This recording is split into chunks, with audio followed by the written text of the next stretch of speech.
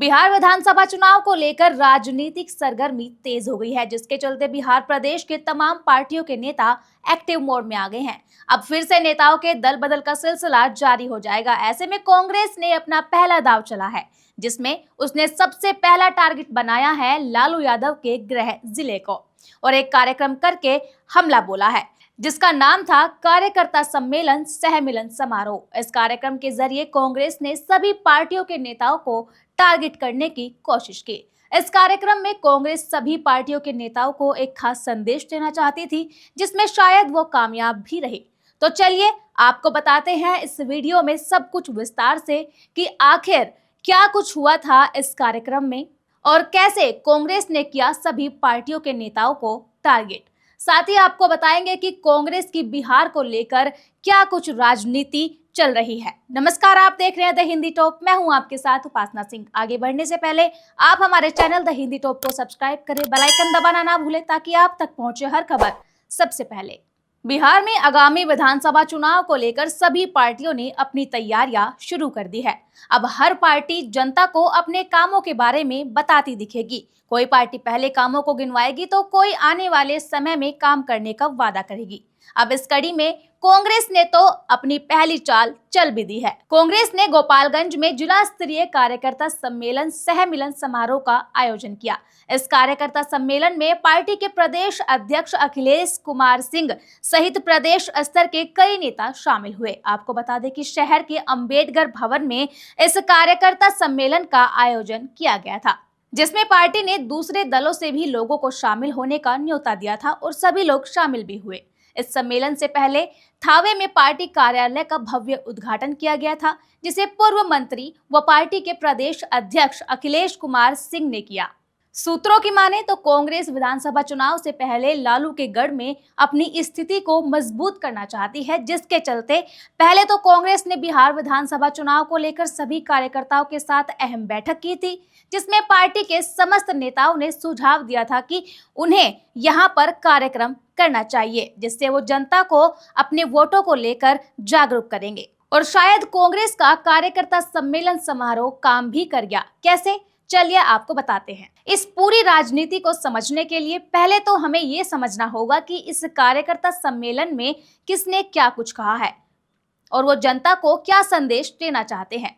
इस कार्यक्रम के दौरान कांग्रेस के प्रदेश अध्यक्ष अखिलेश कुमार सिंह ने कहा कि वे कार्यकर्ता सम्मेलन के जिले के नेताओं से रूबरू हुए। इसके बाद वे गोपालगंज में रात्रि विश्राम करेंगे और बूथ लेवल पर अपने पार्टी के कार्यकर्ताओं के साथ बैठक करेंगे, जिनके साथ बूथ लेवल पर चुनाव की तैयारियों को लेकर समीक्षा की जाएगी। कांग्रेस से जुड़े एक नेता का कहना है कि आने वाले दिनों में आरजेडी के वोटरों वाले इलाके में पार्टी कुछ और भी कार्यक्रम करने वाली है और जनता को पार्टी को वोट देने के लिए प्रेरित करेंगे। वहीं अखिलेश कुमार सिंह ने बाबा साहेब का जिक्र करते हुए बीजेपी पर हमला बोला। जी हां, उन्होंने बीजेपी पर हमला बोलते हुए कहा कि भारतीय जनता पार्टी जिस तरह से अंबेडकर को बदनाम करने की साजिश रच रही है, इसको लेकर वे जन जन तक जाएंगे। उन्होंने कहा कि भारतीय जनता पार्टी और आरएसएस के पॉलिटिकल डिजाइन का भी वो पर्दाफाश करेंगे और इसी को लेकर उनके द्वारा पूरे प्रदेश में जिले का भ्रमण भी किया जा रहा है। इतना कहकर अखिलेश कुमार सिंह चुप हुए ही थे कि तभी उनसे एक सवाल पूछा गया। सवाल था बिहार के आगामी विधानसभा चुनाव से जुड़ा हुआ। दरअसल अखिलेश कुमार सिंह से जब सवाल पूछा गया कि आगामी विधानसभा चुनाव में इंडिया गठबंधन में बिहार में कांग्रेस की कितनी भागीदारी होगी और यहाँ पार्टी कितने सीटों पर चुनाव लड़ेगी और इसकी कोई रूपरेखा तैयार की गई है या फिर नहीं, तो इस सवाल पर अखिलेश सिंह थोड़ा सा हड़बड़ा गए और फिर हड़बड़ाते हुए उन्होंने जवाब दिया कि अभी सीट शेयरिंग का कोई मुद्दा नहीं है, इसको लेकर अभी भी कोई बातचीत नहीं की गई है, अभी इस मुद्दे पर बाद में चर्चा की जाएगी। आपको बता दें कि कार्यकर्ता सम्मेलन के मौके पर प्रदेश अध्यक्ष अखिलेश कुमार सिंह के अलावा और भी कई बड़े नेता वहां पर मौजूद थे, जैसे प्रदेश नेता आदित्य पासवान, जिला अध्यक्ष ओम प्रकाश गर्ग। इनके अलावा भी कई कार्यकर्ता इस सम्मेलन में शामिल हुए। बहरहाल लालू के गृह जिले में एनडीए के सामने भले ही राजद का दाव नहीं चल रहा, लेकिन अब कांग्रेस ने भी अपनी बेजान पड़ी पार्टी के कार्यकर्ताओं की फौज खड़ी करने की तैयारी तेज कर दी है। अब बस ये देखना बाकी है कि क्या कांग्रेस का ये दाव बिहार में चल पाएगा या फिर कांग्रेस को और ज्यादा मेहनत करने की जरूरत पड़ेगी। वैसे राजनीतिक जानकार मानते हैं कि कांग्रेस का लालू प्रसाद यादव के गृह जिले को सबसे पहले टारगेट करना महागठबंधन के अंदर नए सियासी समीकरण का इशारा है और आने वाले समय में तस्वीरें भी साफ हो जाएंगी।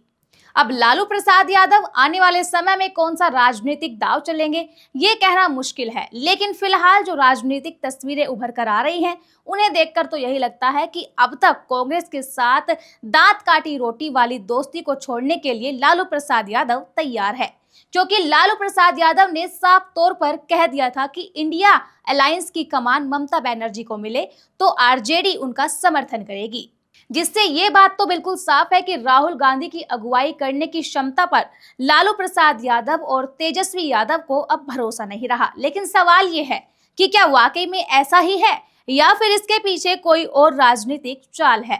फिलहाल के लिए इस खबर में इतना ही। इस मुद्दे पर अपनी राय कमेंट में जरूर बताएं और ऐसे ही खबरों के लिए सब्सक्राइब करें द हिंदी टॉप, साथ ही हमें एक्स यानी ट्विटर, फेसबुक और इंस्टा पर भी फॉलो करें।